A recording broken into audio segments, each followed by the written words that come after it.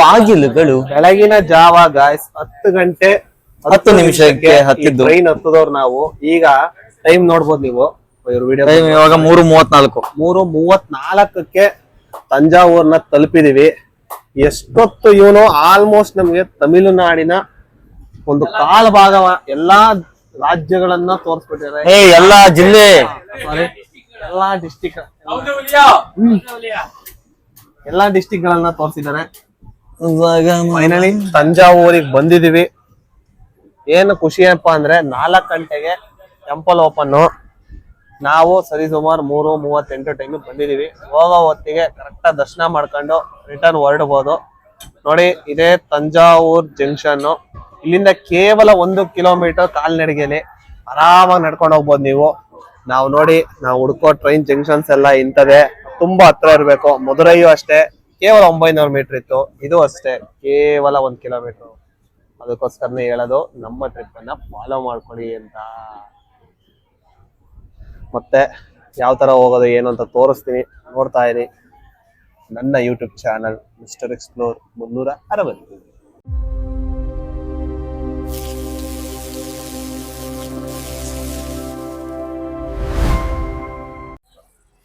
Guys, finally we are in Thanjavur Brihadeeswara temple.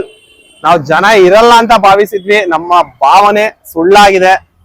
ಜನ ಇದಾರೆ ಅಂತ ಅನಿಸ್ತಾ ಇದೆ ಗಾಯ್ಸ್. ನೋಡಿದ್ರೆ ನೋಡಿ, ಇಲ್ಲಿ ವೀಕೆಂಡ್ ಅಲ್ವಾ, ಹಾಗಾಗಿ ಜನ ಇದಾರೆ. ಬೇಗ ದರ್ಶನ ಆದ್ರೆ ಒಳ್ಳೇದು. ಒಂಟಿ ಸೀನ್ ಹಾಕಿದಾರೆ ಹಿತೇಶ್ ಅವರು. ಇದರ ಪ್ರಭಾವ ಏನಾಗುತ್ತೆ ಅಂತ ನಾವ್ ಅಲ್ಲಿ ಒಳಗ್ ಹೋದ್ಮೇಲೆ ಗೊತ್ತಾಗುತ್ತೆ. ನೋಡೋಣ. ನಿಮ್ಗಲ್ಲಿ ನೋಡ್ತಾ ಇದೀರಾ ನೀವು, ಎದುರುಗಡೆ ಗೋಪುರ, ಗೋಪುರ, ಅದರಿಂದಿನ ಗೋಪುರ, ಮೇನ್ ಗೋಪುರ ಎಲ್ಲ ಕಾಣ್ತಾ ಇದೆ. ಇಲ್ಲಿ ಸ್ವಲ್ಪ ಹುಷಾರು, ನಡ್ಕೊಂಬರೋರು ಗಾಡಿಗಳೆಲ್ಲ ಮೈ ಮೇಲೆ ಬರ್ತಾರೆ. ಫುಟ್ಪಾತ್ ಇಲ್ಲ ಸ್ನೇಹಿತರೆ. ನೋಡಿ, ಇವ್ನು ನೋಡಿ, ಅಷ್ಟಾರಿ ಇದ್ರೆ ಇಲ್ಲಿ ನಮ್ಮ ಮೈ ಮೇಲೆ ಬರ್ತಾರೆ ನೋಡಿ. ಫುಟ್ಪಾತ್ ಇಲ್ಲ ಸ್ನೇಹಿತರೆ, ಇಲ್ಲಿ ರಸ್ತೆ ವ್ಯವಸ್ಥೆ ಸರಿಯಾಗಿಲ್ಲ. ಫುಟ್ಪಾತ್ ಆ ಕಡೆ ಇದೆ, ಈ ಕಡೆ ಇಲ್ಲ. ಆಚೆ ಕಡೆಗೆ ಇದೆ ಸ್ನೇಹಿತರೆ, ಈಚೆ ಕಡೆಗಿಲ್ಲ. ಎಂಟ್ರೆನ್ಸ್ ಗಾಯ್ಸ್ ನೋಡಿ, ನಾವು ನಡ್ಕೊಂಡು ಬಂದ್ವಿ ರೈಲ್ವೆ ಸ್ಟೇಷನ್ ಇಂದ. ಮೊದಲನೇ ರಾಶಿಯನ್ನ ನೋಡ್ಬೋದು ನೀವು. ಮೊದಲನೆಯ ಮಹಾದ್ವಾರ. ಚಪ್ಪಲಿಯನ್ನ ಇಲ್ಲಿ ಎಲ್ಲಾರು ಬಿಸಾಕಿ ಹೊರಡುವಂತ ಒಂದು ಎಂಟ್ರೆನ್ಸ್. ಬನ್ನಿ, ಚಪ್ಪಲಿಯನ್ನ ಒಂದು ಸೇಫ್ ಜಾಗದಲ್ಲಿ ಬಿಡೋಣ. ಒಳಗಡೆ ಬಿಡೋಣ ಸ್ನೇಹಿತರೆ. ಟೂರಿಸ್ಟ್ ಇನ್ಫಾರ್ಮೇಶನ್ ಸೆಂಟರ್ ಅಂತ ಇಲ್ಲೇ ಇನ್ಫಾರ್ಮೇಶನ್ ಸೆಂಟರ್ ಇದೆ. ಇನ್ಫಾರ್ಮೇಶನ್ ಏನಾದ್ರು ಬೇಕು ಅಂದ್ರೆ ಸ್ನೇಹಿತರೆ ಇಲ್ಲೇ ತಗೊಂಡು ನೀವು ಹೋಗ್ಬೋದು.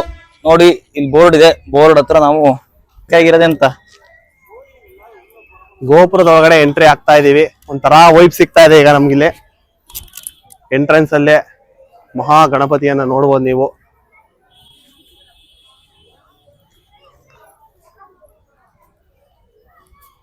ನೋಡಿ,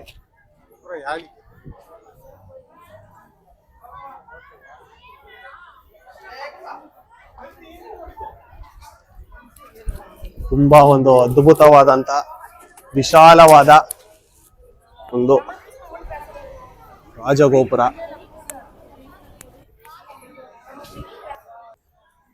ಇಲ್ಲಿ ನೋಡಿ, ಇನ್ಫಾರ್ಮೇಶನ್ಸ್ ಕೊಟ್ಟಿದ್ದಾರೆ.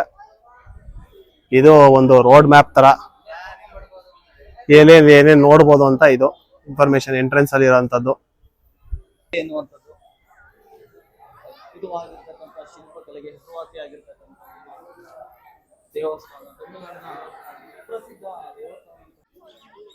ಇನ್ನೊಂದು ಸಲಹೆ, ಬರುವಂತ ವೀಕ್ಷಕರು ವೀಕ್ ಡೇಸ್ ಅಲ್ಲಿ ಬನ್ನಿ, ವೀಕೆಂಡ್ ಅಲ್ಲಿ ಬೇಡ. ವೀಕೆಂಡ್ ಅಲ್ಲಿ ಬಂದ್ರೆ ಈ ತರ ಜನ ಇರ್ತಾರೆ. ಇಲ್ಲಿ ಎಂಟ್ರೆನ್ಸ್ ಅಲ್ಲಿ ಚೆಕ್ ಮಾಡ್ತಾರೆ ಬ್ಯಾಗು, ಏನಾದ್ರು ಕ್ಯಾಮ್ರಾ ಡ್ರೋನ್ ಗಳು ತಂದಿದ್ದೀರಾ ಅಂತ. ಬಟ್ ಒಂದು ವಿಚಾರ ಅರ್ಥ ಆಗ್ಲಿಲ್ಲ ನನಗೆ. ಫೋನ್ ಕೈಯಲ್ಲಿ ಇಟ್ಕೊಂಡು ವಿಡಿಯೋ ಮಾಡ್ಬೋದಂತೆ, ಬಟ್ ಯಾವ್ದೇ ಸ್ಟಿಕ್ ಅಲ್ಲಿ ಮಾಡ್ಬಾರ್ದಂತೆ. ಇದು ಯಾವ ತರ ಲಾಜಿಕ್ ಅಂತ ನಮ್ಗಂತೂ ಇಲ್ಲಿವರೆಗೂ ಅರ್ಥ ಆಗ್ತಾ ಇಲ್ಲ. ಎನಿವೆ, ಇರ್ಲಿ ಗಾಯ್ಸ್, ನೀವು ಎಂಟ್ರೆನ್ಸ್ ಆದಕ್ಕೆ ಇಲ್ಲಿ ನಂದಿಯನ್ನ ನೋಡ್ಬೋದು ನೀವು.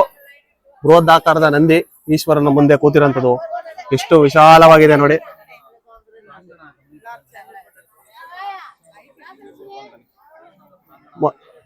ಇಲ್ಲಿನ ಇತಿಹಾಸ ಎಲ್ಲದನ್ನ ನಾವು ಆಮೇಲೆ ತಿಳಿಸ್ಕೊಡ್ತೀವಿ, ಮೊದಲು ದರ್ಶನ ಮಾಡ್ಬಿಡ್ತೀವಿ. Here the big Nandi.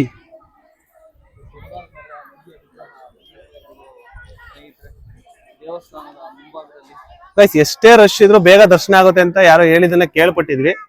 ಈಗ ಅದನ್ನ ಇಲ್ಲಿ ತೋರಿಸ್ಬೋದು ಅಂತ ನನ್ನ ಅನಿಸಿಕೆ. ಯಾಕಂದ್ರೆ ನೋಡಿ ಇಷ್ಟು ಜನನು ಒಟ್ಟೊಟ್ಟಿಗೆ ದರ್ಶನಕ್ಕೆ ಹೋಗ್ತಾ ಇದ್ದಾರೆ. ಆಮೇಲೆ ಆ ಒಂದು ಗೋಪುರದ ತುದಿಯಲ್ಲಿರುವ ಒಂದು ಗುಂಬುಜವನ್ನ ನೋಡ್ಕೊಂಡಿರಿ. ಅದ್ರ ಬಗ್ಗೆ ಪೂರ್ತಿ ಅದರ ಇತಿಹಾಸವನ್ನ ನಾನು ನಿಮ್ಗೆ ತಿಳಿಸ್ಕೊಡ್ತಾ ಹೋಗ್ತೀನಿ.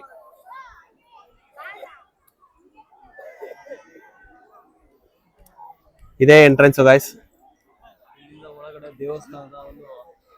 ಆಮೇಲೆ ಇಲ್ಲಿ ಯಾರು ದೇವರಲ್ಲಿ ಏನು ಪ್ರಾರ್ಥನೆ ಮಾಡಬಾರ್ದು ಅಂತ ಒಂದು ಉಲ್ಲೇಖ ಇದೆ. ಹಾಗಾಗಿ ಯಾರು ಪ್ರಾರ್ಥನೆ ಮಾಡಲ್ಲ. ಇನ್ನೊಂದೇನಪ್ಪ ಅಂದ್ರೆ ಕೋರಿಕೆ ಇಲ್ಲ. ಆಮೇಲೆ ಇನ್ನೊಂದು ಮೇನ್ ಏನಪ್ಪಾ ಅಂದ್ರೆ ಯಾವ ರಾಜಕಾರಣಿಗಳು ಸಹ ಈ ಒಂದು ದೇವಸ್ಥಾನವನ್ನ ಭೇಟಿ ಕೊಡಲ್ಲ. ಒಂದ್ಸಲ ಸತಿ ಭೇಟಿ ಕೊಟ್ಟು ಅವ್ರು ಮತ್ತೆ ಯಾವತ್ತು ಗೆದ್ದಿರೋ ಅಂತ ಒಂದು ಇತಿಹಾಸನೇ ಇಲ್ವಂತೆ.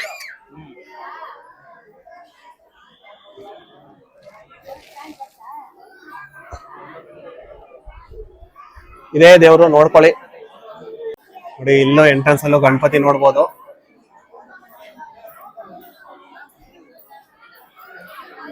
ಒಳಗಡೆ ವಿಡಿಯೋ ಮಾಡಕ್ ಬಿಡ್ತಾರ ಇಲ್ವೋ ಗೊತ್ತಿಲ್ಲ, ನೋಡೋಣ.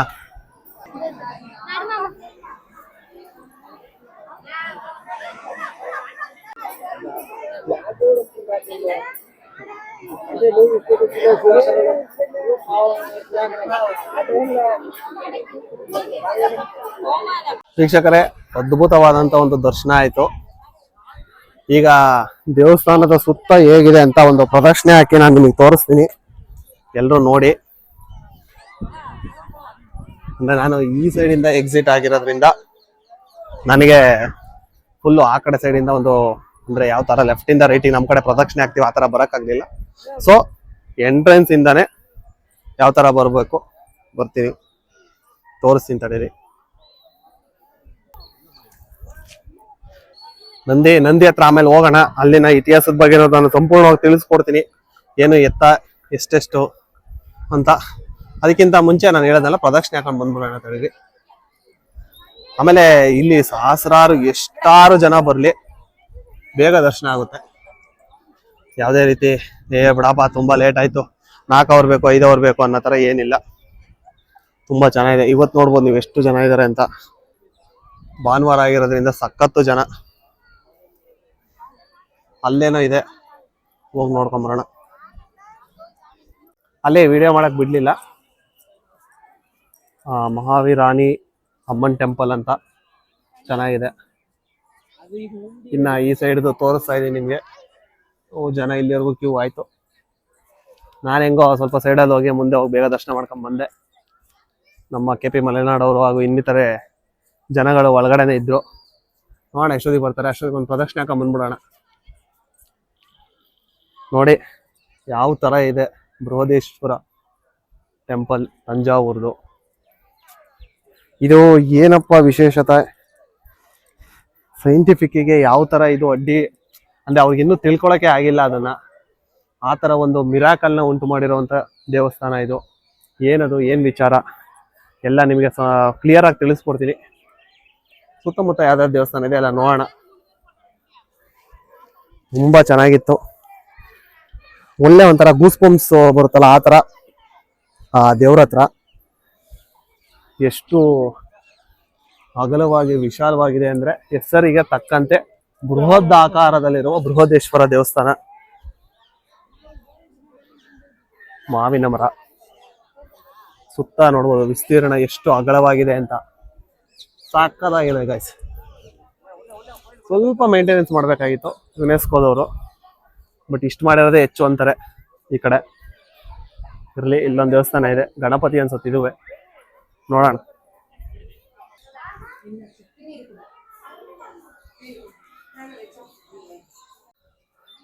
ಇಲ್ಲಿಯ ಖುಷಿ ವಿಚಾರ ಏನಪ್ಪಾ ಅಂದ್ರೆ ಒಬ್ಬರೇ ಬಂದ್ರು ಆರಾಮಾಗಿ ಬಂದು ದರ್ಶನ ಮಾಡ್ಕೊಂಡ್ ಬರ್ಬೋದು.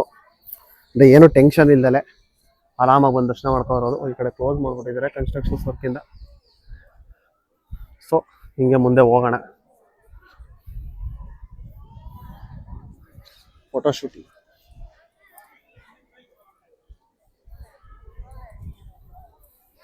ಆಮೇಲೆ ಇಲ್ಲೆಲ್ಲ ತಮಿಳ್ನಾಡಲ್ಲೆಲ್ಲ ಏನಪ್ಪಾ ಅಂತಂದ್ರೆ ಈ ಮೇಲ್ ಗಾಡ್ಸ್ ಯಾರ್ಯಾರಿದ್ದಾರೆ ಅಲ್ಲೆಲ್ಲ ವಿಸಿಟ್ ಮಾಡಿದ್ರೆ ಈ ತರ ಒಂದು ವೈಟ್ ಭಸ್ಮ ಕೊಡ್ತಾರೆ. ಇನ್ನು ಫಿಮೇಲ್ ಗಾಡ್ಸ್ ಎಲ್ಲ ಯಾರ್ಯಾರಿದ್ದಾರೆ ಅಲ್ಲಿ ವಿಸಿಟ್ ಮಾಡಿದ್ರೆ ಕುಂಕುಮ ಕೊಡ್ತಾರೆ. ಅದು ಸ್ವಲ್ಪ ಜಾಸ್ತಿ ಕೊಟ್ಬಿಡ್ತಾರೆ. ಸುಮಾರು ಜನ ಈಗ ನಮ್ಮಂಥವ್ರು ಅಲ್ಲಿ ಅದೇ ಹೆಣ್ಮಕ್ಳಾದ್ರೆ ಒಂದು ಪೇಪರ್ಲ್ಲ ಇಟ್ಕೊಂಡು ಮನೆ ತಗೊಂಡೋಗಿ ಈ ತರ ಮಾಡ್ತಾರೆ. ಈಗ ನಮ್ಮ ತರ ಸುಮಾರು ಜನ ಬಂದಿರೋರೆಲ್ಲ ಏನ್ ಮಾಡ್ತಾರೆ, ಈ ಪಿಲ್ಲರ್ ಸೈಡ್ ಅಲ್ಲಿ ಅಲ್ಲಿ ಇಲ್ಲಿ ಹಾಕೋದೊಂದು ಸುಮಾರು ಕಡೆ ನೋಡ್ದೆ.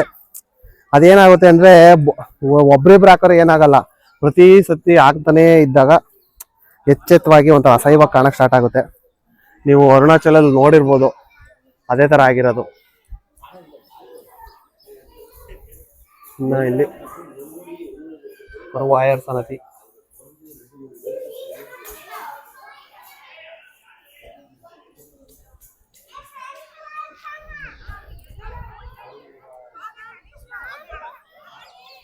ಇಲ್ಲೊಂದು ದೇವಸ್ಥಾನ ಇದೆ, ನೋಡ್ಕೊಂಡ್ ಬರೋಣ. ಎಲ್ಲಾ ಸುತ್ತಮುತ್ತ ಇರೋ ದೇವಸ್ಥಾನ ಎಲ್ಲ ತೋರಿಸ್ತೀನಿ, ಆಮೇಲೆ ಹಿಸ್ಟ್ರಿ ಬಗ್ಗೆ ಮಾತಾಡೋಣ.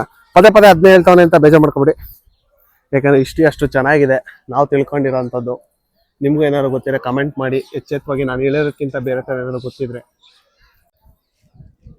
ಗೈಸ್, ಈಗ ಹೋಗಿದ್ದು ದೇವಸ್ಥಾನ ಬಂದು ಷಣ್ಮುಗ ಅಂದ್ರೆ ಮುರುಗನ್, ನಮ್ಮ ಕಡೆ ಸುಬ್ರಹ್ಮಣ್ಯ ಸ್ವಾಮಿ ದೇವಸ್ಥಾನ. ತುಂಬಾ ಚೆನ್ನಾಗಿದೆ. KP ಮಲೆನಾಡವ್ರು ದರ್ಶನ ಮಾಡ್ಕೊಂಡ್ಬಂದು ಇಲ್ಲಿ ಕ್ರಿಯೇಟಿವ್ ಆಗಿ ವಿಡಿಯೋ ತೆಗಿತಾ ಇದಾರೆ, ನೋಡ್ಬೋದು.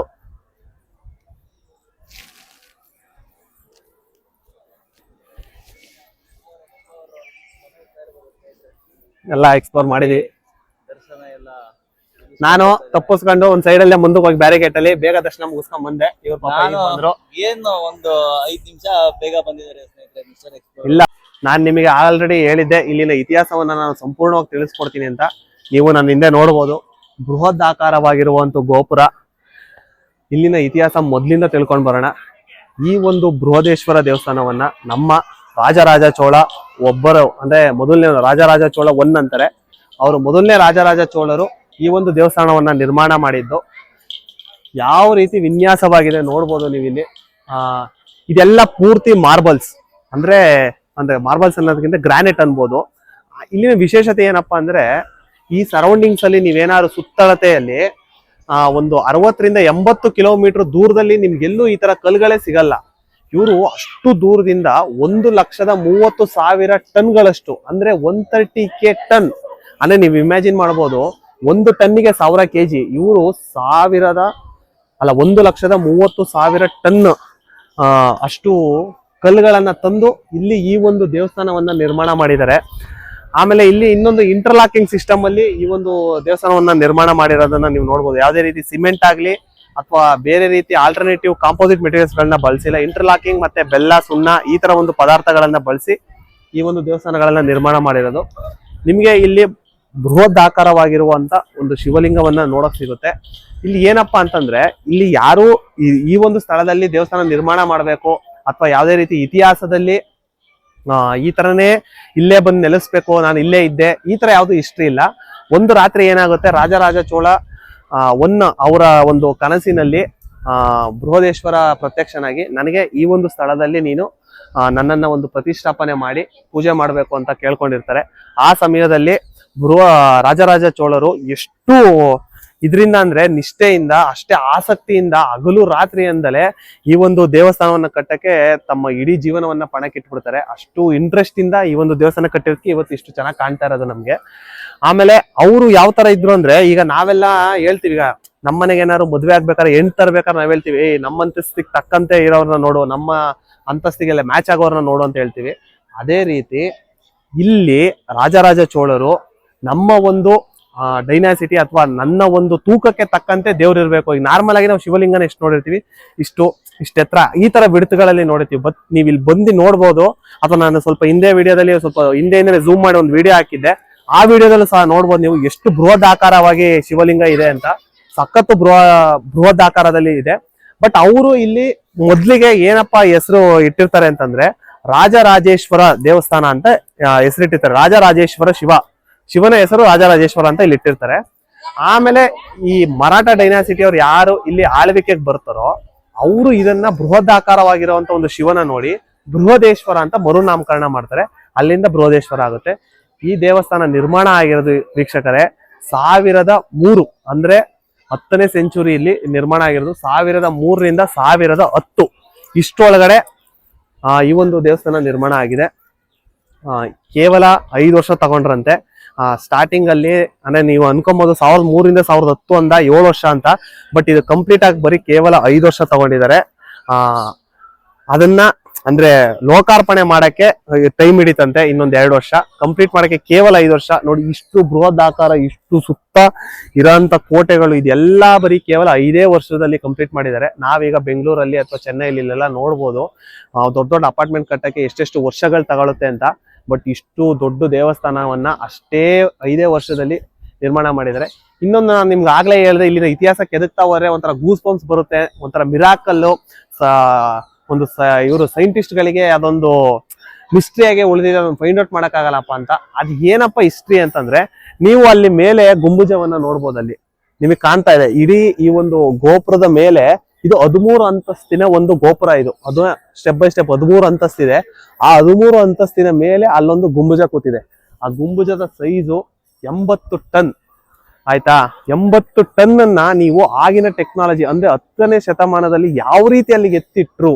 ಇವಾಗ ಏನೋ ಕ್ರೈನ್ ಇದೆ, ಅದಿದೆ, ಅರ್ತ್ ಮೂವಿಂಗ್ ಎಕ್ವಿಪ್ಮೆಂಟ್ಸ್ ಗಳಿದಾವೆ, ಇದರಿಂದ ಯೂಸ್ ಮಾಡ್ಕೊಂಡು ಇದ್ ಮಾಡ್ಬಿಡ್ಬೋದು. ಬಟ್ 10ನೇ ಶತಮಾನದಲ್ಲಿ ಯಾವುದೇ ರೀತಿ ಟೆಕ್ನಾಲಜಿ ಇರಲಿಲ್ಲ. ಆ ಒಂದು ಗುಂಬುಜನ ಅಷ್ಟು ಹೈಟಿಗೆ ತಗೊಂಡೋಗಿ ಹೆಂಗಿಟ್ರಪ್ಪ ಅಂತಂದ್ರೆ, ಇಲ್ಲಿನ ಸುಮಾರು ಹಳ್ಳಿ ದೂರದಿಂದ ರ್ಯಾಂಪ್ ಮಾಡಿದ್ರಂತೆ. ಅಂದ್ರೆ ಅರ್ಥನ್ ರ್ಯಾಂಪ್ ಅಂದ್ರೆ ಮರಳಿನಿಂದ ಸೇತುವೆನ ಕನ್ಸ್ಟ್ರಕ್ಷನ್ ಮಾಡಿದ್ರಂತೆ. ಅದು ಎಲಿವೇಟರ್ ತರ ಈ ತರ ಒಂದು ಆಂಗಲ್ ಅಲ್ಲಿ, ಇವಾಗ ನಾವೇನು ಇನ್ಕ್ಲೈನ್ ಆಂಗಲ್ ಅಂತ ಕರಿತೀವಿ, ಆ ಒಂದು ಆಂಗಲ್ ಅಲ್ಲಿ ಆಗಿನ ಇಂಜಿನಿಯರ್ಸ್ ಗಳೇ ಒಂದು ರ್ಯಾಂಪ್ ಅನ್ನ ಮಾಡಿ ಕುದುರೆಗಳು, ಸಾವಿರಾರು ಆನೆಗಳು, ಆಮೇಲೆ ಮನುಷ್ಯರುಗಳ ಜನ ಸಮೂಹದಲ್ಲಿ ಅದನ್ನ ಎಳೆದು ತಂದು ಅಲ್ಲಿ ಕೂರ್ಸಿದ್ದಾರೆ. ಸರಿಯಪ್ಪ, ನೀನೇನೋ ಹೇಳ್ಬಿಟ್ಟೆ ಕೂರ್ಸ್ಬಿಟ್ರು, ಅದ್ರಲ್ಲಿ ಏನಿದೆ ಮಿಸ್ಟ್ರಿ ಅಂತ ಅನ್ಬೋದು. ನೀವು ಇತಿಹಾಸವನ್ನ ಕೆದಕ್ತಾ ಹೋದ್ರೆ ಇದು 10ನೇ ಶತಮಾನ ಅಂತ ನಾನು ಹೇಳಿದೆ. 12ನೇ ಶತಮಾನದಲ್ಲಿ ಗ್ರೀಕ್ ಅಲ್ಲಿ ಒಂದು, 15ನೇ ಶತಮಾನದಲ್ಲಿ ಫ್ರಾನ್ಸ್ ಅಲ್ಲಿ ಒಂದು ಇದೇ ರೀತಿ ಎತ್ತರವಾದ ಒಂದು ಗೋಪುರ ಬಿಲ್ಡಿಂಗ್ ಮೇಲೆ ಒಂದು ವೆಯ್ಟ್ ಇರೋಂಥದ್ದು ಒಂದು ಇದನ್ನಿಟ್ಟಿದಾಗ ಅದು 0.89 ಡಿಗ್ರಿ, 1 ಡಿಗ್ರಿ, 3 ಡಿಗ್ರಿ ಅಷ್ಟು ಟಿಲ್ಟ್ ಆಗಿದೆ. ಡ್ಯೂ ಟು ಆ ವೆಯ್ಟ್ ಕೆಳಗಡೆ ಇರೋಂಥ ಒಂದು ಬಿಲ್ಡಿಂಗ್ಸ್ ಏನಾಗಿದೆ ಟಿಲ್ಟ್ ಆಗಿದೆ. ಬಟ್ ಇದು 10ನೇ ಶತಮಾನ ಗಾಯ್ಸ್, ನಾನು ಹೇಳದ್ನಲ್ಲ 10ನೇ ಶತಮಾನದಿಂದ ಇಲ್ಲಿವರೆಗೂ ಒಂದೇ ಒಂದು ಡಿಗ್ರಿ ಸಹ ಟಿಲ್ಟ್ ಆಗಿಲ್ಲ. ಇದು ನಮ್ಮ ಸೈಂಟಿಸ್ಟ್ ಅವ್ರಿಗೆ ಕಾಡ್ತಿರೋಂಥ ಒಂದು ಕಟ್ಟ. ಯಾವ ತರ ಇದು, ಯಾವ ಇಂಜಿನಿಯರ್ಸ್ ಈ ತರ ಮಾಡಿದ್ರು ಅನ್ನೋದು. ಆಮೇಲೆ ಇಲ್ಲಿನ ಒಂದು ಕಿವಿ ಮಾತು ಏನಪ್ಪಾ ಅಂತಂದ್ರೆ, ಜನದಿಂದ ಜನಕ್ಕೆ ಬಂದಿರೋದು ಎಷ್ಟು ನಿಜನ ಸುಳ್ಳೋ ಸತ್ಯನ ನಮಗಂತೂ ಗೊತ್ತಿಲ್ಲ. ಇಲ್ಲಿನ ನೆರಳು ಅಂದ್ರೆ ದೇವಾಲಯದ ನೆರಳು ಈ ಭೂಮಿ ಮೇಲೆ ಬೀಳಲ್ವಂತೆ.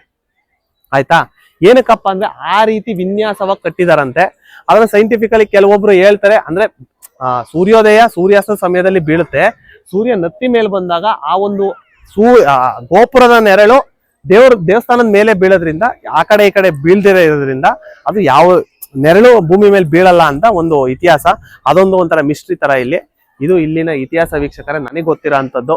ನಿಮ್ಗೆ ಇನ್ನೇನಾರು ಗೊತ್ತಿರೋ ತಿಳಿಸ್ಕೊಡಿ. ಆಮೇಲೆ ಇನ್ನೊಂದು ಅಲ್ಲಿ ಹೇಳಿಲ್ಲ, ಅಲ್ಲೊಂದು ನಂದಿ ತೋರಿಸ್ತೇನೆ ನಾನು ನಿಮ್ಗೆ ಆಲ್ರೆಡಿ. ಆ ನಂದಿ ಸರಿ ಸುಮಾರು 20 ಟನ್ ಇದೆಯಂತೆ. ಆಮೇಲೆ ಏಕಶಿಲ ಒಂದೇ ಬಂಡೆಯಲ್ಲಿ ಆ ನಂದಿ ಕೆತ್ತಿರೋದು. ಆ ನಂದಿ ಅಲ್ಲಿ ಹೋದಾಗ ನಾನು ನಿಮ್ಗೆ ಕ್ಲಿಯರ್ ಆಗಿ ತೋರಿಸ್ತೀನಿ ಸುತ್ತ ಯಾವ ತರ ಇದೆ ಅಂತ. ಆ ನಂದಿ ಉದ್ದ ಬಂದು 16 ಅಡಿ, ಅಗಲ ಬಂದು 13 ಅಡಿ ಇದೆ. ಅಷ್ಟು ಬೃಹತ್ ಆಕಾರದಲ್ಲಿ ಅದೇ ನಂದಿ. ಅಂದ್ರೆ ನೋಡಿ, ನಾವೆಲ್ಲಾ ದೇವಸ್ಥಾನದಲ್ಲಿ ನೋಡಿದೀವಿ ಶಿವನ ಎದುರುಗಡೆ ನಂದಿ ಇರೋದು ಸರ್ವೇ ಸಾಮಾನ್ಯ. ಬಟ್ ಶಿವನ ಎಷ್ಟು ಬೃಹತ್ ಆಕಾರದಲ್ಲಿ ಇದೆನೋ ಅಷ್ಟೇ ಆಕಾರದಲ್ಲಿ ನಂದಿ ಇರೋದು ಅತಿ ಮುಖ್ಯ ಅನ್ನೋದು ಈ ದೇವಸ್ಥಾನದಲ್ಲಿ ನಾವು ನೋಡಿ ಕಲಿಬಹುದು. ತುಂಬಾ ಅಚ್ಚುಕಟ್ಟಾಗಿದೆ ದೇವಸ್ಥಾನ, ಎಲ್ಲಾ ತೋರಿಸಿದೀವಿ. ದಯವಿಟ್ಟು ಬರುವಂತ ಭಕ್ತಾದಿಗಳು ತಂಜಾವೂರು ರೈಲ್ವೆ ಸ್ಟೇಷನ್ಗೆ ಬಂದ್ರೆ ಕೇವಲ ಅಲ್ಲಿಂದ 1.6 ಕಿಲೋಮೀಟರ್ಸ್ ಎಲ್ಲಾ ಹೇಳ್ಕೊಟ್ವಿ. ಇವತ್ತು ಸುಮಾರು ಜನ ಬಂದಿದ್ದಾರೆ. ಅದ್ರಲ್ಲೂ ನೀವು ವೀಕ್ ಡೇಸ್ ಅಲ್ಲಿ ಏನಾದ್ರು ಬಂದ್ಬಿಟ್ರಂತೂ ಆರಾಮಾಗಿರ್ಬೋದು. ವೀಕೆಂಡ್ ಅಲ್ಲಿ ಸ್ವಲ್ಪ ಈ ತರ ರಶ್ ಇರುತ್ತೆ. ಎಷ್ಟೇ ರಶ್ ಇದ್ರು ಬೇಗ ದರ್ಶನ ಆಗುತ್ತೆ. ಒಳಗಡೆ ಏನಪ್ಪಾ ಡೆವಲಪ್ ಮಾಡ್ಬೇಕು ಅಂದ್ರೆ ಫ್ಯಾನ್ಗಳು ಹಾಕ್ಬೇಕಾಯ್ತು, ಭಯಂಕರ ಸೆಕೆಯಾಗಿ ಹೋಗುತ್ತೆ. ಅಷ್ಟು ಕ್ರೌಡ್ ಒಂದೇ ಸತಿ ಹೋದಾಗ ಆಕ್ಸಿಜನ್ ಸಿಗ್ದಲೆ ಇದು ಏನದು ನಾವು ಬೆವರದು ಜಾಸ್ತಿ ಆಗಿ ಹೋಗುತ್ತೆ. ಅಷ್ಟು ಬಿಟ್ರೆ ಇನ್ನೇನಿಲ್ಲ. ಬೇಕಾದ್ರೆ ಈಗ ನಮ್ಮ ಇಷ್ಟೊತ್ತು ನಮ್ಮ ಹಿತೇಶ್ ಅವ್ರು ವಿಡಿಯೋ ಮಾಡಿದ್ರು. ಹಿತೇಶ್ ಅವರು ಇದು ಸರ್ಜಾಡ ನೋಡಿ ಅವ್ರ ಅಭಿಪ್ರಾಯವನ್ನ ಕೇಳೋಣ ಇಲ್ಲಿ. ಹೇಳಿ ಹಿತೇಶ್, ಫಸ್ಟ್ ಟೈಮ್ ತಂಜಾವೂರ್, ನಾವು ಫಸ್ಟ್ ಟೈಮ್ ನಮ್ಮ ಎಕ್ಸ್ಪೀರಿಯನ್ಸ್ ಹೇಳಿದೀವಿ, ನಿಮ್ಮ ಎಕ್ಸ್ಪೀರಿಯನ್ಸ್ ಹೇಳಿ. ಇರೇ ಮೈ ಕೊಡ್ತೀವಿ. ತಂಜಾವೂರಲ್ಲಿ ನಾನೇನ್ ಹೇಳೋದಂತ ಅಂದ್ರೆ, ನನಗೆ ಗೊತ್ತಿರ್ಲಿಲ್ಲ, ನಾನೇನು ಸ್ಟಡಿ ಮಾಡಿಲ್ಲ ಇದ್ರ ಬಗ್ಗೆ. ಹಾಗೆ ಬಂದಿರೋದು. ಮೋಹಿತ್ ಮತ್ತೆ KP ಮಲೆನಾಡು ಅವರ ಟೂರಿಸಂ ಇದ್ರ ಕಡೆಯಿಂದ ಬಂದಿರೋದು. ಏನಂತ ಅಂದ್ರೆ, ನೀವು ಹೊರಗಡೆ ನೋಡ್ತಿದಂಗೆನೆ ಒಂದು ಬೃಹತ್ ಆಗಿರೋದು ಗೋಪುರ ಎಲ್ಲ ಕಾಣುತ್ತೆ. ಭಯ ಆಗುತ್ತೆ ಒಂದ್ ಕ್ಷಣ ನೋಡ್ಬಿಟ್ರೆ, ಹೆಂಗಪ್ಪ ಮಾಡಿದ್ರು, ಏನ್ ಕತೆ ಅಂತ ಭಯ ಆಗುತ್ತೆ. ಸ್ಟಾರ್ಟಿಂಗ್ ಅಲ್ಲೇನೆ 2 ಗೋಪುರ ಸಿಗುತ್ತೆ, ಅದಾದ್ಮೇಲೆ ದೇವಸ್ಥಾನದ ಗೋಪುರ ಸಿಗುತ್ತೆ. ಆ ಕಲರ್ ಕೂಡ ಒಂಥರ ಬೇರೆ ತರನೇ ಇದೆ ದೇವಸ್ಥಾನದ್ದು. ಕಲ್ಲು ಎಲ್ಲ ಫುಲ್ ಕಲ್ಲು. ನಿಮ್ಗೆ ಗ್ರೀನರಿ ಎಲ್ಲ ಚೆನ್ನಾಗಿದೆ ಇಲ್ಲಿ. ದೇವಸ್ಥಾನ ಏನಿದೆ ಫುಲ್ ದೊಡ್ಡ ಸರೌಂಡಿಂಗ್ ಇದು, ಚಿಕ್ಕದೇನಿಲ್ಲ. ಆಮೇಲೆ ಸ್ವಲ್ಪ ಮೇಂಟೆನೆನ್ಸ್ ಸ್ವಲ್ಪ ಕಮ್ಮಿ ಇದೆ ಇಲ್ಲಿ, ಸರಿಯಾಗಿ ಮಾಡಿಲ್ಲ ಇಲ್ಲಿನ ಸರ್ಕಾರ. ಬೇರೆ ದೇವಸ್ಥಾನಗಳಿಗೆಲ್ಲ ನೋಡಿದ್ರೆ ಮೇಂಟೆನೆನ್ಸ್ ಸ್ವಲ್ಪ ಸರಿ ಇಲ್ಲ ಅಂತ ಅನ್ನಿಸ್ತು. ದೇವಸ್ಥಾನದ ಒಳಗಡೆ ಹೋದ್ರೆ ನ್ಯಾರೋ ಸ್ಟ್ರೈಟ್ ಸಿಕ್ಕಾಪಟ್ಟೆ ಉದ್ದ ಇರೋ ಒಂದು ಮಂದಿರ ಇದೆ. ನೀವು ಹೋಗ್ತಾ ಇದ್ದಷ್ಟು ಸಿಗ್ತಾನೆ ಇರುತ್ತೆ ದೇವಸ್ಥಾನ, ಅಷ್ಟು ಉದ್ದ ನ್ಯಾರೋ ಒಳಗಡೆ ಜಾಗ ಇದೆ ಮಂದಿರ. ಒಳಗಡೆ ಅಂತೂ ಸಿಕ್ಕಾಪಟ್ಟೆ ಶೆಕೆ, ಸಿಕ್ಕಾಪಟ್ಟೆ ಜನ. ಬರೋದಾದ್ರೆ ನೀವು ವೀಕ್ ಡೇಸ್ ಅಲ್ಲೇ ಬನ್ನಿ, ವೀಕೆಂಡ್ಸ್ ಅಲ್ಲಂತೂ ಬರೋಕೆ ಹೋಗ್ಬೇಡಿ ಇಲ್ಲಿ. ಮತ್ ದೇವಸ್ಥಾನದ ಬಗ್ಗೆ ಹೇಳೋದಾದ್ರೆ ಇಷ್ಟವರೆಗೂ ಮೋಹಿತ್ ಹೇಳಿದ್ರು, ತುಂಬಾ ಚೆನ್ನಾಗಿದೆ, ಬರ್ಲೇಬೇಕು, ನೀವು ಬಂದು ನೋಡ್ಲೇಬೇಕು, ಸಖತ್ತಾಗಿದೆ. ನನ್ನ ಅನಿಸಿಕೆ ಇಷ್ಟು. ನೀವು ನಂಬಲ್ಲ ವೀಕ್ಷಕರೇ, ನಾನು ಫಸ್ಟ್ ಯೂಟ್ಯೂಬ್ ಸ್ಟಾರ್ಟ್ ಮಾಡಕ್ಕೂ ಮುಂಚೆ ಯೂಟ್ಯೂಬ್ ಸ್ಟಾರ್ಟ್ ಮಾಡ್ಬೇಕಾದ್ರೆ ನಾನು ಈ ಒಂದು ಪ್ಲೇಸ್ ಅನ್ನ ಫಸ್ಟ್ ಪ್ಲೇಸ್ ಆಗಿ ನನ್ನ ಈ ಒಂದು ಎಕ್ಸ್ಪ್ಲೋರಿಂಗ್ ಚಾನಲ್ ಅಲ್ಲಿ ಎಕ್ಸ್ಪ್ಲೋರ್ ಮಾಡ್ಬೇಕು ಅಂತ ತುಂಬಾ ಆಸೆ ಇಟ್ಕೊಂಡು ಬುಕ್ಕಲ್ಲೆಲ್ಲ ಬರೆದು ಹಿಸ್ಟ್ರಿ ಎಲ್ಲ ತಿಳ್ಕೊಂಡು ಆಗ್ಲೇ ರೆಡಿ ಆಗಿದೆ ಲಾಸ್ಟ್ ಇಯರ್. ಬಟ್ ನೋಡಿ, ಏನೇ ನಾವ್ ಇಷ್ಟೇ ಪ್ರಯತ್ನ ಪಟ್ರು ಆ ಶಿವನ ಅನುಗ್ರಹ ಇರಬೇಕು, ಅವನ್ನ ನೋಡ್ಬೇಕು ಅಂದ್ರೆ ಅವನೇ ಕರ್ಸ್ಕೊಂತಾನೆ ಅನ್ನೋದಕ್ಕೆ ಇದೇ ಒಂದು ಉದಾಹರಣೆ. ಇವತ್ತು ನನ್ನ ಆಸೆ ನೆರವೇರ್ತು. ನನಗೊಂಥರ ಫುಲ್ ಯಾವ ತರ ಅಂದ್ರೆ ಸಖತ್ ಖುಷಿ ಆಗ್ತಾ ಇದೆ ಈ ಒಂದು ದೇವಸ್ಥಾನ ನೋಡಿ. ಎಷ್ಟೋ ಜನಕ್ಕೆ ಎಕ್ಸ್ಪೆಕ್ಟೇಷನ್ಸ್ ಇಟ್ಕೊಂಡ್ ಬಂದಿರ್ತಾರೆ, ಅದು ರೀಚ್ ಆಗಲ್ಲ, ಆ ತರ ಇರುತ್ತೆ.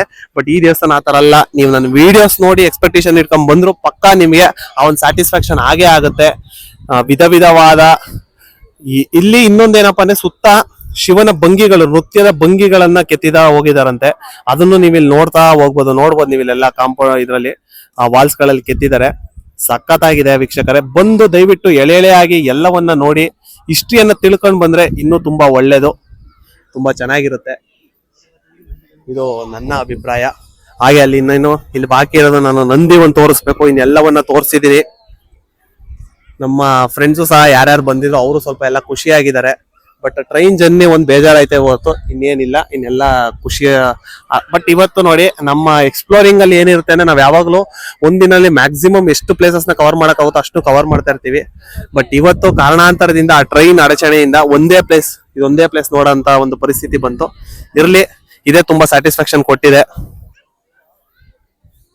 ಆಮೇಲೆ ನಾವು ನಿಮಗೆ ಲಾಸ್ಟ್ ವಿಡಿಯೋ ಕಾಂಚೀಪುರಂ ಅಲ್ಲಿ ಹೋದಾಗ ಒಂದು ಈಗಲೂ ಅದನ್ನ ಡಿಸ್ಪ್ಲೇ ಮೇಲೆ ಹಾಕ್ತೀನಿ, ಬೇಕಾದ್ರೆ ವಿಸಿಟ್ ಮಾಡಿ ನೋಡ್ಬೋದು. ಕಾಳಾಸ್ತೇಶ್ವರ ಅಂತ ಲಾಸ್ಟಿಗೆ ಹೋಗಿದ್ವಲ್ಲ, ಕಾಳಾಸ್ತಿ ಅಲ್ಲಪ್ಪ, ಅದು ಕೈಲಾಸನಾಥ್ ಅಂತ ಹೋಗಿದ್ವಿ. ರೆಫರೆನ್ಸ್ ಮೇಲೆ ಆ ದೇವಸ್ಥಾನವನ್ನ ಫಸ್ಟ್ ಕಟ್ಟಿರೋದು ನಾವು ಆ ವಿಡಿಯೋದಲ್ಲೂ ಸಹ ನಿಮ್ಗೆ ತಿಳಿಸ್ಕೊಟ್ಟಿದ್ವಿ. ಅದನ್ನ ಒಂದು ಪ್ರೇರಣೆ ಆಗಿ ಇಟ್ಕೊಂಡು ಬೃಹದೇಶ್ವರನ ಕಟ್ಟಿರೋದು ಅಂತ. ಅಲ್ಲೂ ಲಿಂಗನೂ ಅಷ್ಟೇ, ಇದ್ರಷ್ಟು ಉದ್ದ ಅಗಲವಾಗಿಲ್ಲ, ಬಟ್ ಮೀಡಿಯಂ ಆಗಿದೆ.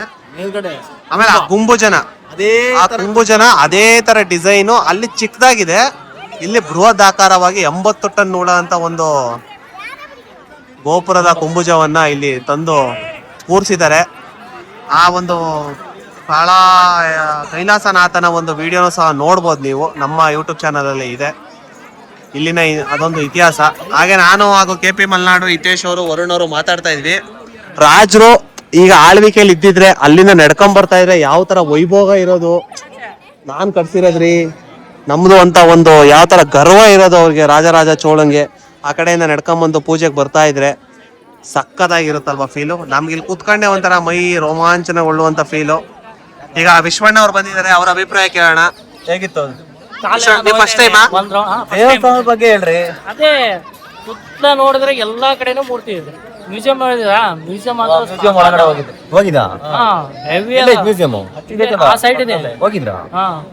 ಅದು ಫೋಟೋ ಹೊಡ್ಕೊಂಡಿದ್ದೆ, ಚೆನ್ನಾಗಿದೆ. ಯಾವ ತರ ಕಟ್ಸಿದ್ರೆ ಏನಂತ ಗಳನ್ನೆಲ್ಲ ಬರ್ದಿದ್ದಾರೆ ಅದ್ರ ಮೇಲೆ ನೋಡ್ಬೇಕಾದ್ರೆ. ಹಾಗೆ ಇಲ್ಲಿ ಕಾರಿಡಾರ್ ಅಲ್ಲಿ ಸುತ್ತ ಏಕ ಶಿವಲಿಂಗವನ್ನ ಪ್ರತಿಷ್ಠಾಪನೆ ಮಾಡ್ತಾ ಬಂದಿದ್ದಾರೆ ನೋಡಿ. ಆ ಒಂದು ಏರಿಯಾ ಅಂದ್ರೆ ಗೋಪುರದ ಏರಿಯಾ ಬಿಟ್ಟು ಸುತ್ತ ಇದನ್ನ ಲಿಂಗವನ್ನ ಪ್ರತಿಷ್ಠಾಪನೆ ಮಾಡ್ತಾ ಬಂದಿದ್ದಾರೆ.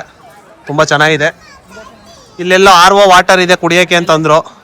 ಅಲ್ಲಿ ಜನಗಳು ದರ್ಶನಕ್ಕಿಂತ ಅಲ್ಲೇ ಜಾಸ್ತಿ ಇರಂಗ್ ಕಾಣ್ತಾ ಇದೆ ನೀರು ಕುಡಿಯೋದಕ್ಕೆ. ನೀರು ಊಟಕ್ಕೆ ನೋಡೋಣ ಗೈಸ್. ನಾನು ಆಲ್ರೆಡಿ ನಿಮಗೆ ನಂದಿ ಬಗ್ಗೆ ಹೇಳಿದ್ದೆ. 20 ಟನ್ನು, 16 ಅಡಿ ಉದ್ದ, 13 ಅಡಿ ಎತ್ತರ ಅಂತ. ತುಂಬಾ ಹತ್ತಿರದಿಂದ ತೋರಿಸ್ತಾ ಇದ್ದೀನಿ ನೋಡಿ. ಇದೇ ನಂದಿ, ಏಕಶಿಲೆಯಲ್ಲಿ ಮಾಡಿರುವಂತ ನಂದಿ ಇದು. ಅಂದ್ರೆ ಒಂದೇ ಶಿಲೆಯಲ್ಲಿ ಕೆತ್ತಿರುವಂಥದ್ದು, ಬೃಹದಾಕಾರವಾಗಿರುವಂತ ಒಂದು ನಂದಿ. ಶಿವ ಎಷ್ಟು ಬೃಹದಾಕಾರವಾಗಿದನೋ ಅದರಷ್ಟೇ ತೂಕವನ್ನ, ಅದರಷ್ಟೇ ಒಂದು ಸೈಜನ್ನ ಹೊಂದಿರುವಂತ ನಂದೀಶ.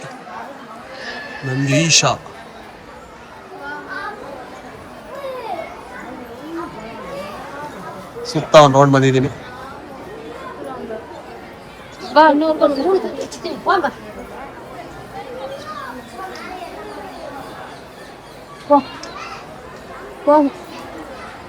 ವೀಕ್ಷಕರೇ, ನೀವು ಇಲ್ಲಿ ಅಬ್ಸರ್ವ್ ಮಾಡ್ಬೋದು, ಸ್ಟೆಪ್ ವೈಸ್ ಇದೆ ನೋಡಿ. ಇದು 1, 2, 3, ಅದ್ರ ಮೇಲ್ಗಡೆ ಲಕ್ಷ್ಮಿ ಇದೆ ನೋಡಿ. ಝೂಮ್ ಮಾಡಿ ತೋರಿಸ್ತೀನಿ ನೋಡಿ. ಇದೆ ಲಕ್ಷ್ಮಿ, ಪಾರಿವಾಳಗಳು ಕೂತಿದಾವಲ್ಲ. ಈ ಕಡೆ ಗಣಪತಿ ನೋಡ್ಬೋದು. ಯಾವ್ಯಾವ ಎಲ್ಲಾ ದೇವ್ರುಗಳು ಆಲ್ಮೋಸ್ಟ್ ಇದಾವೆ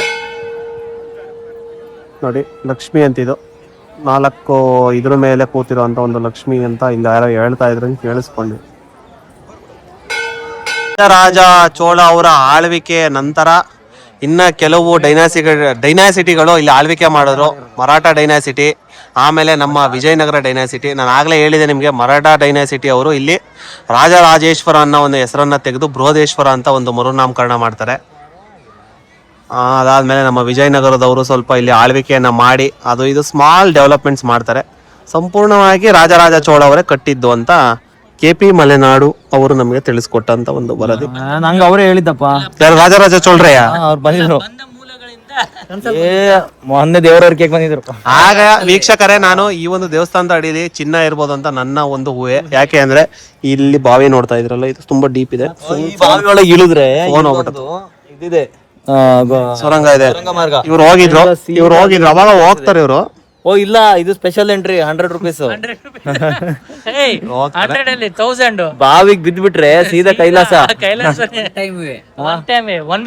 ಸ್ಪೆಷಲ್ ವೇ, ಒಂದೇ ಸರಿ ಹೋಗ್ಬಿಡ್ಬೋದು. ಸನ್ಸೆಟ್ ಆಗ್ತಾ ಇದೆ, ನೀವು ನೋಡ್ಬೋದು ಸೂರ್ಯಾಸ್ತ ಯಾವ ತರ ಕಾಣ್ತಾ ಇದೆ ಅಂತ. ನೀವು ಇಲ್ಲಿ ತುಂಬಾ ಸಖತ್ತಾಗಿದೆ. ಸ್ನೇಹಿತರೆ, 6:30ವರೆಗೂ ಕಾದಿದ್ದಕ್ಕೆ ನಮ್ಗೆ ಒಂದು ಸುಂದರವಾಗಿರ್ತಕ್ಕಂಥ, ನಯನ ಮನೋಹರವಾಗಿರ್ತಕ್ಕಂಥ ಒಂದು ದೃಶ್ಯ ಕಾಣ್ತಾ ಇದೆ ನೋಡಿ. ಎಷ್ಟು ಅದ್ಭುತವಾಗಿ ದೇವಸ್ಥಾನ ಸುತ್ತ ಒಂದು ಅದ್ಭುತವಾಗಿ ಲೈಟ್ ಸೆಟ್ಟಿಂಗ್ ಮಾಡಿರ್ತಕ್ಕಂಥದ್ದು. ಈಗ ಲೈಟ್ ಆನ್ ಮಾಡಿದ್ದಾರೆ, ಎಷ್ಟು ಚೆನ್ನಾಗಿ ಕಾಣ್ತಾ ಇದೆ ಅಂತ ಹೇಳಿದ್ರೆ ಸ್ವರ್ಗಕ್ಕೆ ಮೂರೇ ಗೇಣು ಆಳ್ದು ಬಿಡ್ಬೋದು ನೋಡಿ. ಎಷ್ಟು ಚೆನ್ನಾಗಿ ಆ ಸೈಡ್ ತೋರಿ, KP ಮಲೆನಾಡು ಆ ಸೈಡ್ ತೋರಿಸಿ ನೋಡಿ. ಅಲ್ಲಿ ಸನ್ಸೆಟ್ ಆಗ್ತಾ ಇದೆ, ಆ ದೃಶ್ಯವನ್ನು ನೀವು ನೋಡ್ಬೋದು. ಅದು ಸೇಮ್, ಆಲ್ಮೋಸ್ಟ್ ಸೇಮ್ ಕಲರ್ ಇದೆ. ದೇವಸ್ಥಾನಕ್ಕೆ ಲೈಟ್ ಹಾಕಿರೋದು, ಅದು ರಿಫ್ಲೆಕ್ಟ್ ಬೀಳ್ದು ನಮಗೆ ಕಾಣ್ತಾ ಇರೋದು ಸರ್ ಸೇಮ್ ಕಲರ್ ಕಾಣ್ತಾ ಇದೆ ನೋಡಿ. ಯಾವ ತರ ಸಕ್ಕತ್ತಾಗಿ ಕಾಣ್ತಾ ಇದೆ ನೋಡಿ. ಇಲ್ಲಿ ಅದ್ಭುತವಾಗಿರ್ತಕ್ಕಂಥ ನೋಡಿ, ಮೇಲ್ಗಡೆ ಮೋಡಗಳು ನೋಡಿ, ಆ ಕಲರ್ ನೋಡಿ, ಮೋಡ ಕಲರ್ ನೋಡಿ ಯಾವ ತರ ಇದೆ ನೋಡಿ. ನಯನ ಮನೋಹರವಾಗಿರ್ತಕ್ಕಂಥ ದೃಶ್ಯ. ಆಹಾ, ಎಲ್ಲರೂ ತಮ್ಮ ತಮ್ಮ ಕ್ಯಾಮ್ರಾಗಳಲ್ಲಿ ಸೆರೆ ಹಿಡಿತಾ ಇದ್ದಾರೆ ಈ ಒಂದು ದೃಶ್ಯವನ್ನ. ಎಷ್ಟು ಕ್ಯಾಮ್ರಾಗಳು ಓಪನ್ ಆಗಿದೆ ಅಂತ ಹೇಳಿದ್ರೆ ಸ್ನೇಹಿತರೆ, ಎಲ್ಲರೂ ಫೋನ್ ಓಪನ್ ಮಾಡ್ಕೊಂಡಿದ್ದಾರೆ. ಸೊ ಇದೊಂದು ದೃಶ್ಯಕ್ಕೋಸ್ಕರ ನಾವು ಇಷ್ಟೊತ್ತು ಕಾದಿದ್ದಕ್ಕೆ. ಈ ನಮ್ಮ ಇವ್ರು ಇದಾರೆ ನೋಡಿ, ಹಿತೇಶ್ ಅವರು, ಆಗಿಂದ ಹೋಗೋಣ ಹೋಗೋಣ ಹೋಗೋಣ ಹೋಗೋಣ ಹೋಗೋಣ ಅಂತ 1000 ಸತಿ ಹೇಳಿದ್ರು. ಈಗ ಹೋಗಪ್ಪ ಅಂದ್ರೆ ಈಗ ಅವನೇ ಕ್ಯಾಮ್ರಾ ಇಟ್ಕೊಂಡು ಕೂತವನೆ. ನಾವು ಈ ಒಂದು ದೃಶ್ಯಕ್ಕೋಸ್ಕರ ಕಾದಿರೋದು. ಯಾಕಂದ್ರೆ ನಾವು ಸುಮಾರು ದೂರದಿಂದ ಬಂದಿದ್ದೀವಿ ವೀಕ್ಷಕರೇ. ಇದನ್ನ ನಾವು ನೋಡ್ಬೇಕು, ನಿಮ್ಗೂ ತೋರಿಸ್ಬೇಕು ಅಂತ. ಕಿಲೋಮೀಟರ್ ಇಂಥವ್ರನ್ನ ಕರ್ಕೊಂಡ್ ಬಂದ್ಬಿಡ್ತೀವಿ ಜೊತೆಗೆ. ಇಂಟ್ರೆಸ್ಟ್, ಆಸಕ್ತಿ ಉಳ್ಳ ಅಂತ ಒಂದು, ನೀವ್ ಯಾರು ಇದ್ರೆ ದಯವಿಟ್ಟು ಕಮೆಂಟ್ ಮಾಡಿ ನಮ್ ಟ್ರಿಪ್ ಜೊತೆ ಬನ್ನಿ. ಇವ್ರನ್ನೆಲ್ಲ ಕ್ಯಾನ್ಸಲ್ ಮಾಡ್ತಾ ಇದೀವಿ ನಾವು ನೆಕ್ಸ್ಟ್ ಟೈಮ್. ದ್ರಾವಿಡ ಶೈಲಿಯ, ತಮಿಳು ಶೈಲಿಯ ಆ ಒಂದು ಕೆತ್ತನೆಗಳ ಅವರೊಂದು ಕೈಚಳಕ ಅಂತಕ್ಕಂಥದ್ದು ಏನಿದೆ ಇಲ್ಲಿ ನಿಮ್ಗೆ ಕಾಣ್ಲಿಕ್ಕೆ ಸಿಗ್ತದೆ ನೋಡಿ. ಎಷ್ಟು ಅದ್ಭುತವಾಗಿ ಕೆತ್ತಿದ್ದಾರೆ. ಕೆತ್ತೋದು ಆಗಿರ್ಬೋದು, ನಿಜವಾಗ್ಲೂ ಅವರ ಶಿಲ್ಪಕಲೆಗೆ ಒಂದು ನಮನವನ್ನ ಸಲ್ಲಿಸಲೇಬೇಕು ನೋಡಿ. ಅಂದ್ರೆ ಇಲ್ಲಿ ನಮ್ಮ ಹಾಗೂ ಹೊಯ್ಸಳರಿಗೂ ಏನ್ ಡಿಫ್ರೆನ್ಸ್ ಅಂದ್ರೆ, ಇವ್ರು ಎಲ್ಲದನ್ನು ಬೃಹತ್ ಆಕಾರದಲ್ಲೇ ಕಟ್ಟೋದು ನೋಡಿ. ಎಂಟ್ರೆನ್ಸ್ ಏನ್ ಸಖತ್ ಅಗಲ ಇದೆ, ಗೋಪುರಗಳು ನೋಡಿ ಸಖತ್ ಅಗಲ ಇದೆ. ಬಟ್ ನಮ್ಮ ಹೊಯ್ಸಳರು ಏನ್ ಮಾಡ್ತಾರೆ, ಇರೋಂತ ಕಲ್ಲುಗಳಲ್ಲಿ ಬೇಜಾನ್ ಕಲೆಗಳನ್ನ, ಆಮೇಲೆ ಗೋಪುರಗಳನ್ನ ಕಟ್ಟಲ್ಲ. ನಮ್ಮ ಗೋಪುರಗಳಿಲ್ಲ. ನಮ್ಮ ಹೊಯ್ಸಳ ಶೈಲಿಯಲ್ಲೇ ಅಂದ್ರೆ ಇರೋ ಒಂದು ಸಣ್ಣ ಕಲ್ಲಲ್ಲೇ ಸುಮಾರು ಆಕೃತಿಯನ್ನ ಕೆತ್ತುತ್ತಾರೆ. ಅಂದ್ರೆ ದೇವಸ್ಥಾನದ ಮೇಲ್ಗಡೆ ಫ್ಲಾಟ್ ಇರುತ್ತೆ, ಇವ್ರದ್ದು ಗೋಪುರ ಟೈಪ್ ಇರುತ್ತೆ. ಅವರು ನಮ್ಮವರು ಇರೋ ದೇವಸ್ಥಾನದಲ್ಲೇ ನಾನು ಹೇಳ್ದಂಗೆ ಆ ಕಲ್ಲಲ್ಲೇ ಸುಮಾರು ಆಕೃತಿಗಳನ್ನ ಕೆತ್ತಿ ವಿಭಿನ್ನ ರೀತಿಯಲ್ಲಿ ತೋರಿಸ್ತಾರೆ. ಇವರು ಇದನ್ನ ಸ್ಪೇಸ್ ನ ತಗೊಂಡು ದೊಡ್ಡದಾಗಿ ತೋರಿಸ್ತಾರೆ. ಗೋಪುರದ ರೀತಿಯಲ್ಲಿ ಎಲ್ಲಾ ಇವ್ರದ್ದು ದೇವಸ್ಥಾನಗಳದ್ದು ಎಷ್ಟು ಚಿಕ್ಕದೇ ಆಗಿರ್ಲಿ ದೇವಸ್ಥಾನ, ಆ ದೇವಸ್ಥಾನಕ್ಕೊಂದು ಗೋಪುರ ಇರುತ್ತೆ. ಹಾಗೆ ದೇವಸ್ಥಾನದ ಒಳಗಡೆ ಕಲ್ಯಾಣಿ ಇರುತ್ತೆ. ಅದೊಂದು ಕಾಮನ್ ಆಗಿ ನೀವು ನೋಡ್ಬೋದು ಸ್ನೇಹಿತರೆ. ಇದು ಕೊನೆ ಹೊರಗಡೆ ಬಂದಿದೀವಿ, ನೋಡ್ಬೋದು. ಇಲ್ಲಿಂದ ನೋಡ್ಕೊಂಬಿಡಿ ಒಳಗಡೆ ಎಲ್ಲ ಕಾಯ್ಸಿ ಹೆಂಗ್ ಓಡ್ತಾ ಇದಾರೆ ನೋಡಿ. ಲೇಟ್ ಆಗ್ಬಿಡ್ತು. ಸ್ವಲ್ಪ ಲೇಟ್ ಆಗ್ಬಿಡ್ತು ಅಲ್ಲಿಂದ ಬರೋತ್ತಿಗೆ. ಓಡ್ತಾವ್ರೆಲ್ಲ ಇಲ್ಲ ಕಣ, ಒಂದು ಪ್ಲಾಟ್ಫಾರ್ಮ್ ಅನ್ನು ಇದೆಯಾ guys. Finally Mysuru port Mysuru express train ಬಂದಿದೆ. ಇದು ಟ್ರೈನ್ ಸಂಖ್ಯೆ ಬಂದು 16231. ಇದು ಕುಡ್ಲೂರಿಂದ ಸ್ಟಾರ್ಟ್ ಆಗಿ ಮೈಸೂರಲ್ಲಿ ಎಂಡ್ ಆಗುತ್ತೆ. ಅಂದ್ರೆ ನಾವು ಆ ಸೈಡಿಂದ ಬರ್ತಾ ಅಂದ್ರೆ ಕರ್ನಾಟಕದಿಂದ ಮೆಜೆಸ್ಟಿಕ್ ಇಂದ ಬರ್ತಾ ಇದೇ ಟ್ರೈನಲ್ಲೇ ಬಂದಿದ್ದು. ಬಟ್ ಆ ಕಡೆಯಿಂದ ಕುಡ್ಲೂರು ಕೋರ್ಟ್ ಎಕ್ಸ್ಪ್ರೆಸ್ ಅಂತ ಬರುತ್ತೆ. ನನ್ನ ನಂಬರು ಸಹ ಹೇಳಿದೆ 16232. ಈ ಕಡೆಯಿಂದ ಹೋಯ್ತಾ 16231 ಆಗುತ್ತೆ. ಇದೇ ನಮ್ಮ ಸೀಟ್ಸು. ಎಲ್ಲ ಹುಡುಗರೆಲ್ಲ ಇದ್ದಾರೆ. ಇಲ್ಲಿಗೆ 2 ದಿನದ ಪ್ರವಾಸೋದ್ಯಮ ಕಾರ್ಯಕ್ರಮವನ್ನ ಮುಗಿಸ್ತಾ ಇದೀವಿ. ತುಂಬಾ ಅಚ್ಚುಕಟ್ಟಾಗಿತ್ತು ಜರ್ನಿ. ಅದ್ಭುತವಾಗಿರ್ತಕ್ಕಂಥ ಒಂದು ಪ್ರವಾಸ ಆಗಿತ್ತು ಸ್ನೇಹಿತರೆ, ತುಂಬಾ ಚೆನ್ನಾಗಿತ್ತು. ಯತೀಶ್ ಕಲ್ಯಾಣ್ ಅವರು ಸಹ ಬರ್ತಾ ಇದ್ದಾರೆ ನಮಸ್ಕಾರ, ಅಂತಿಮ ವಿಡಿಯೋದಲ್ಲಿ. ಧನ್ಯವಾದಗಳು ನಿಮಗೆ ಒಳ್ಳೆ ಟ್ರಿಪ್ ಆರ್ಗನೈಸ್ ಮಾಡಿರೋದಕ್ಕೆ. ಹೀಗೆ ಸದಾ ನೀವು ಹೀಗೆ ಮುಂದಿನ ದಿನಗಳಲ್ಲಿ ಇನ್ನೂ ಹಲವಾರು ಟ್ರಿಪ್ಗಳನ್ನ ಮಾಡ್ತಾ ಇರೋಣ. ಎಲ್ಲ ಒಟ್ಟಿಗೆ ಕೂಡಿ ಟ್ರಿಪ್ ಗಳನ್ನ ಮಾಡ್ತಾ ಇರೋಣ, ಜೊತೆ ಹೋಗ್ತಾ ಇರೋಣ. ನಿಮ್ಮನ್ನು ಕರ್ಕೊಂಡು ಹೋಗ್ತಾ ಇರ್ತೀವಿ, ಬರ್ತಾ ಇರಿ. ಹಾಗೆ ನಮ್ಮ ಈ ಒಂದು ಯೂಟ್ಯೂಬ್ ಚಾನಲ್ ಬರೋರು DM ಮಾಡಿ, ಕಮೆಂಟ್ ಹಾಕಿ ಬನ್ನಿ, ನಾವು ಬರ್ತೀವಿ ಅಂತ. ಎಲ್ಲ ಒಟ್ಟಿಗೆ ಹೋಗೋಣ, ಚೆನ್ನಾಗಿರುತ್ತೆ. ಜಾಸ್ತಿ ಜನ ಹೋದಷ್ಟು ಎಂಜಾಯ್ಮೆಂಟ್ ಚೆನ್ನಾಗಿರುತ್ತೆ ಸ್ನೇಹಿತರೆ. ಕಮ್ಮಿ ಖರ್ಚು ಬೀಳುತ್ತೆ ಜಾಸ್ತಿ ಜನ ಹೋದಷ್ಟು. ಎಕನಾಮಿಕಲ್ ಅಲ್ಲಿ ನಾವು ಟ್ರಿಪ್ ಪ್ಲಾನ್ ಮಾಡೋದು ಯಾವಾಗ್ಲೂ. ಬಜೆಟ್ ಒಂದು 1200 1300 ರೂಪಾಯಿ ಒಳಗಡೆ ಆಗಿದೆ. ಯಾಕಂದ್ರೆ 2 days ಅದು ನಾವು ಟೂರಿಸ್ಟ್ ಪ್ಲೇಸಸ್ ಹೋಗಿರೋದ್ರಿಂದ ಜಾಸ್ತಿ ಆಯ್ತು. ನೀವು ನೋಡಿರ್ಬೋದು ನಮ್ಮ ಹಿಂದಿನ ವಿಡಿಯೋಸ್ ಎಲ್ಲ ತುಂಬಾ ಕಮ್ಮಿ ಬಜೆಟ್ ಅಲ್ಲೇ ಮಾಡ್ತೀವಿ. ಇದೊಂದು 2 days ಆಗಿರೋದ್ರಿಂದ ಕಾರಣದಿಂದ ಜಾಸ್ತಿ ಆಗಿದೆ. ನಾನು ಟ್ರೈನ್ ಸಂಖ್ಯೆ ಸಮೇತ ಎಲ್ಲವನ್ನ ತಿಳಿಸ್ಕೊಟ್ಟಿದ್ದೀನಿ. ಈ ಟ್ರೈನು ಬೆಳಗಿನ ಜಾವ ಒಂದು 5 ಗಂಟೆ 5 ಕಾಲಿಗೆ KSR ನ ತಲುಪುತ್ತೆ. ಆಲ್ಮೋಸ್ಟ್ ನಮ್ಮ ಪಯಣ ಮುಕ್ತಾಯ ಆಗಿದೆ. ಇನ್ನೇನ್ ಜಸ್ಟ್ ಅಲ್ಲಿ ಹೋಗಿ ನಮ್ಮ ಮನೆಗಳಿಗೆ ಅಥವಾ ರೂಮ್ಸ್ಗಳಿಗೆ PG ಗಳಿಗೆ ಹೋಗೋದು ಒಂದೇ ಬಾಕಿ. ಮತ್ತೆ ಮುಂದಿನ ವಿಡಿಯೋದಲ್ಲಿ ಭೇಟಿ ಮಾಡೋಣ, ಮತ್ತೆ ಸಿಗ್ತಾ ಇರೋಣ, ಮತ್ತೆ ಭೇಟಿ ಆಗೋಣ. ಅಲ್ಲಿವರೆಗೆ ಶುಭ ದಿನ. ಓಕೆ ಫ್ರೆಂಡ್ಸ್, ಬಾಯ್. ದುಡ್ಡೇನ್ ಸ್ವಾಮಿ ತಲೆ ಎಡ್ಕೊಂಡು ಸಂಪಾದನೆ ಮಾಡ್ತಾರೆ. ಜನರನ್ನ ಜಾಗೃತರನ್ನಾಗಿ ಮಾಡೋದು ಅದೇ ನಮ್ಮ ಉದ್ದೇಶ.